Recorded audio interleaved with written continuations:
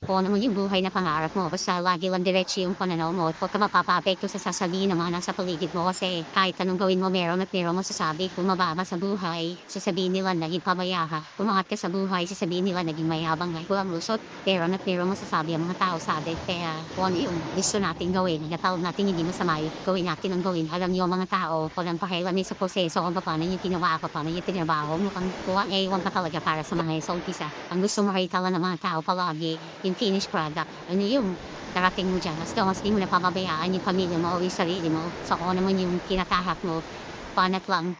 Kung ano man yung buhay na pangarap mo.